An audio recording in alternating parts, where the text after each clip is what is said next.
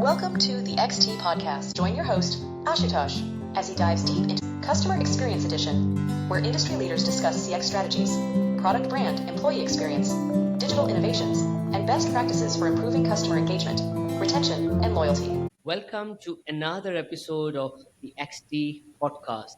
And today it's a very interesting topic, operationalizing empathy for sustained growth. And we will be looking at it from three distinct lenses. Empathy as a growth driver, how empathy can lead to measurable outcomes like retention, cross-sell, upsell, referrals, advocacy. Empathy at scale. How do we scale empathy when AI, automation, and data dominate customer interactions?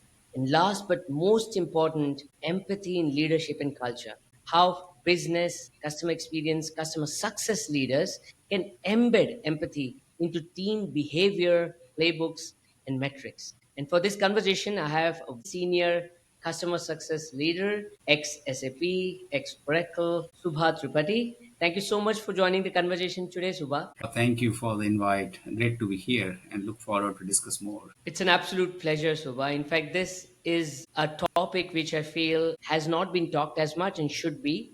An immediate experience that I can quote, Subha, is from my broadband contact center. I was facing some speed related issues and network disruptions. I reached out to the self-service app, which led me to a lot of categories and subcategories. None of addressed my query properly. I sent a textual chat detailing the issue. I was pointed to FAQs, which didn't resolve the issue. Finally managed to connect to the human agent, whose first question was, have you gone to the self-service app? I mean, why would I be here if my issue had been addressed, right? And this I've seen in enough and more organizations. What is your view on this, Subha? Yeah, sure. I really value this topic. In my view, empathy is one of the most powerful yet underrated skills in customer success as a function, right? More so in SaaS business, where I spend most of my time. Because in SaaS business, the products evolve every month, every quarter. Eventually, metrics and dashboards drive customer engagement. However, empathy can truly turn adoption into advocacy, Yes. relationship into revenue, and drive long-term loyalty, right? There is this one nice quote which is very apt to mention here, and this is from Maya Angelou. People will forget what you said, they will forget what you did, but they will never forget how you made them feel. And that's to me is empathy. Beautiful. Couldn't have been articulated better, Subha. People never forget how they feel, and that makes it slightly challenging, Subha, because whoever I've talked to, nobody has denied the importance of empathy. But the challenge is about operationalizing it. And most organizations have empathy as either their core value or a poster on the wall, but never as an action on the ground. And which is why I designed this E.A.R framework. Empathy is about listening, and what better a muscle than your ear to have it, right? EAR basically stands for engage, acknowledge, and respond. I mean, that's the way I move the needle for empathy from emotion to execution in customer interactions and engagements so that it becomes a system skill rather than a soft skill. And I'm really excited to talk about this topic with you, Subha. Yeah, totally agree. Having spent some time with enterprise clients back in my days in corporate, I have really seen the tone of empathy directly correlates to customer success. It's when a customer feels truly heard, truly valued, they stay longer and they offer to recommend you in their network, which eventually gives rise to more customers, more business, more revenue. So empathy to me has a multiplier impact. But here's the thing, the real challenge is how really we measure empathy. How do we make it as a consistent practice, a behavior in a large team where you have thousands of conversations happening? So I like the ER framework. It sounds quite interesting. Why not you unpack it a little bit more in the context of real world, maybe with an example or two? That would be very nice. What better than a real example, right? I'll quote a general insurance client that I work with. Now, thankfully, there was an intent from the leadership here that they want to operationalize empathy. And the challenge, as you rightly said, is how do we measure it? Most often than not, the overt focus is on communication. Are we communicating the importance of empathy? But I managed to convince the leadership what is more important are two distinct pillars: capability and delivery. By capability, I mean the individuals, especially those frontlining the conversations with the customer, do they have the mindset and the readiness to be empathetic, to demonstrate empathy in their interaction? So that capability is one part, which could be either inherent personality or something that could be inculcated through trainings. But the second is equally important, which is delivery. You may have the capability, but you may not be actioning it. So delivery is where we focus on tracking whether the individuals are actually showing empathy in their conversations through their actions or not. Yeah, I think that sounds quite practical. The way I look at it, essentially, capability reflects the real intent, Nice. while delivery reflects the observable behavior, right? And this is quite powerful because in CS, we often see the intent without much of follow through. Yeah. Why don't you tell us a little bit more about this E.A.R model and what are the different stages? It's really interesting. I'll continue with the same example of the general insurance company. Now, when we measured this, there were three aspects. One was an outside in, which is what the customers are telling us about their experience on this aspect. We got that input via solicited surveys, the CSAT surveys that we rolled out with explicit questions on empathy. And the second one was social reviews. And we got inputs across the customer journey so that we understand how things are being played out on the ground. Importantly, we also surveyed the frontline staff. They are the best assets when it comes to giving us information on what's happening on the ground. One of the challenges with AI and automation today is it may arrive at a solution with an FAQ logic of sorts quickly, but most often than not, frustrated customers especially want to vent out. And the ability to allow someone to vent out is a muscle that needs training, that needs enablement. And this is what we measure. It's not just about questions and answers that we're tracking, but we're tracking how much you're allowing the other person to speak, to vent out. How are you acknowledging the challenge, the problem, the situation, and how are you re-articulating the problem so that it's understood and confirmed that we are addressing the right problem, which is where the second point comes in, which is acknowledgement. And the last but not the least is response, which is where we measure whether the individual, after acknowledgement, promises the clear step by step guidance on what's going to happen now that we acknowledge the problem, how soon we are going to come back with the resolution, and whether the individual internally and externally collaborates, coordinates to get the resolution done and pass it on to the customer saying, we managed to resolve it for you. And unless all these three things happen in successive steps, engagement, acknowledgement, and response, the solution may be communicated, but it may not truly happen. As they say in legal justice, the justice should not be just delivered, it should be seen as being delivered. And that seeing as delivered is important as well. And that's what we focus on in measurement too. Okay. In fact, that sounds really very, very meaningful. What I like in what you said is that these behaviors are coachable, measurable, right?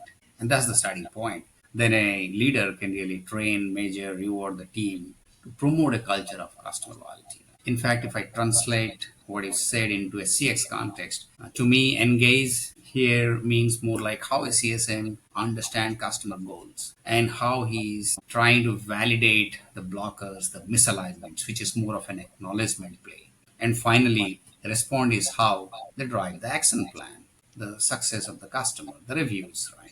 So it's the same logic that applies. And as I said, empathy then becomes truly the engine of experience and loyalty for a customer. As you rightly said, it's not just about the intent, acknowledgement, and action, but how do we map this to now actionable gaps? And which is where the score was mapped to specific gaps in terms of behavioral gaps, what needs to improve in terms of behaviors, which could be addressed through trainings and coaching, as you rightly articulated. The second would be process and platform gaps, which would resolve the barriers and enablers necessary to act out on empathy, especially when it comes to the front line. And the third is incentives and rewards that could be delivered to ensure empathy is seen as a baseline, a benchmark, as a model behavior.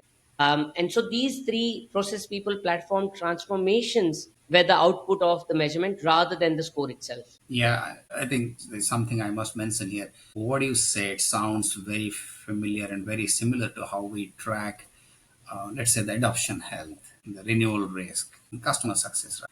So I can imagine it's not very difficult to integrate empathy score, Right. the way you mentioned, right, into a success dashboard. like the way we are measuring probably NPS, CSAT, revenue, KPIs like NRRs, right? Now, here is what it is. When empathy goes up, I would imagine that a lot warmer conversation happens with customer, and there is lot less escalations, more trust with the customers, and these are essentially the foundations to further develop business opportunities in any customer engagement. And it's going to be so very meaningful and strategic for a business then. I have a recommendation on having empathy score on the customer success dashboard or a business metric dashboard is so accurate, because empathy score has a direct correlation to the business outcomes too. In fact, with the general insurance provider, within 6 months of implementing the transformation path recommended by us, we saw 12% improvement in first call resolutions. We also saw almost 9% drop in customer complaints, especially about the staff and preparedness and the process. And we could also see an uptick in cross sells and upsells. So clearly, there was a trust established because of a model behavior focused on empathy rather than efficiency. And so, if it's on the dashboard, you could see the cross correlation far more clearly, which would ensure that there's leadership focus on empathy too. Yeah, I mean, the measurements you are mentioning are very, very powerful, right? So the question here is, once we establish a baseline and also we have some to be KPIs we want to achieve on the empathy front, how do we make it work? How do we make it as a sustainable practice? So that it's not, ending up becoming a one-off initiative, rather a sustainable practice culture for a customer success team, for an organization. This is the single most important question, Subha, because I see this as a CICD, a continuous improvement, continuous development plan, where we do not just score and baseline, but immediately diagnose the gaps and act on those. The second is we enable and embed. So whether it's people, process, or platform transformation, we act on it. And last but not the least, there's a sense of linking all of it to rewards and incentives too, because all of us we react best to incentives. And if empathy is being benchmarked, is being incentivized, model behaviors are not just talked about but showcased by leadership, then all of it builds up into a motion, especially in today's world, Subha, where I see, and tell me if you resonate with this, when AI and automation is focused on efficiency, when technology is democratized, anybody with similar budget can invest and build a same tech stack. So tech is no more a differentiator. World over, across the sectors, you would see that the offering are commoditized. There isn't much difference between brand A versus brand B. So the only way you can differentiate is customer experience, for which empathy is a must have. It's no more a soft skill, but rather a system skill. And therefore, if business sees it as a transformative motion as against a HR motion, I think there's a huge uptick potential from it. And I would definitely recommend leaders to think of it seriously. Yeah, it does make sense. The way I look at it is empathy can also boost internal culture, right? Yes. As a matter of fact, you can have empathetic conversations means outside with your customers and partners. However, it has to start inside as Yes. a culture of empathy within the team, right? Just let me take the opportunity to summarize here, right? So, what I heard from you is really special, and empathy is not just about being nice, right? It's about being intentional, and you have put together a framework which really empowers leaders to see, to enable, to score, and scale empathy as a practice, right? As a repeatable business practice for their business, which obviously has a huge impact on the overall customer experience, loyalty, and the resulting revenue growth and profitability for a business. Right? Now, this is all good, but now if someone wants to know more about the E.R framework and want to reach out to you, how can one do that? Well, that's a very important question. I will be dropping down a QR code right here on the screen, so that if someone's interested, they can schedule a call to our Calendly link. And I'm very eager and keen to have interesting conversations with all of you. Thank you, Asutosh, for making me a part of this very special, very interesting topic. Thank you. Thank you for joining us. Really appreciate the conversation.